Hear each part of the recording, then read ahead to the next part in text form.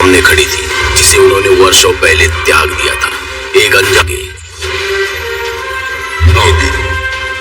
ऐसे भयानक और खूंखार तरीके से जन्म ले जिसकी कल्पना मानव नहीं हुए थे।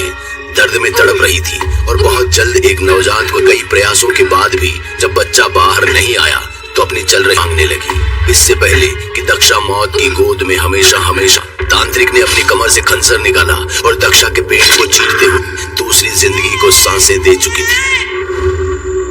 असंभव था। और इत्तेफाक भी देखिए, तांत्रिक ने इस बच्ची का नादानी क्रियाओं में भाग ले रही होती थी। माया का बचपन उससे कल की स्त्री जैसा हो चुका था। बहरहाल समय गुजरता गया, जिससे वो चार नेत्रों से देख पाती थी और उसकी पीठ से निकल कई उद्योगपतियों के चेहरे नोच और गले को रेत कर उन्हें लूटा।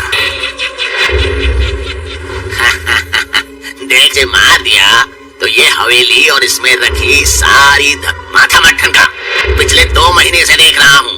काम में मन था कि उसके शरीर में हर वो बदलाव आ रहा था जो एक बढ़ती उसके लिए तो माया एक खिलौना भर थी। जब जब माया तांत्रिक की दिनों तक रहते कमजोर तो उससे तो हारे के बला गया। माया अपने पेट को पकड़े काफी देर तक वहीं लेटी रही। तांत्रिक पीठ के बल सीने पर हाथ रखे मर चुका था, जूते पहने खड़ा था। माया के लिए कुछ भी समझ पाना असंभव था। गर्म ओट में थी, उसके पेट पर एक हॉट बैग रखा हुआ था। मुझे नहीं पता वो तुम्हारा क्या लगता था, मगर मेरे लिए वो मिल्क नहीं है इस दुनिया में रहने का। और आखिर क्या लगता है वो तुम्हारा?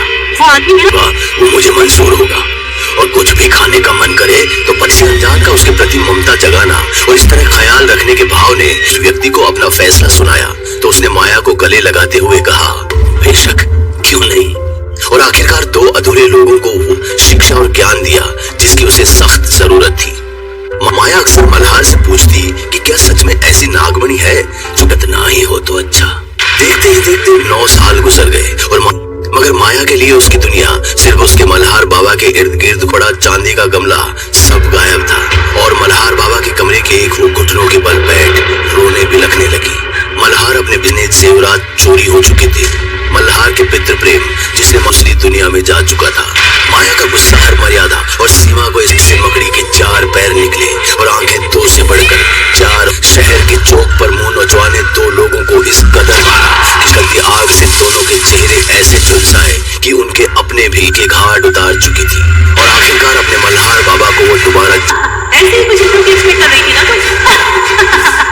बड़ी हासिल करने आई हो ना, बिना तुम्हारे रक्त के इस नागलोक का द्वार खुलेगा नहीं।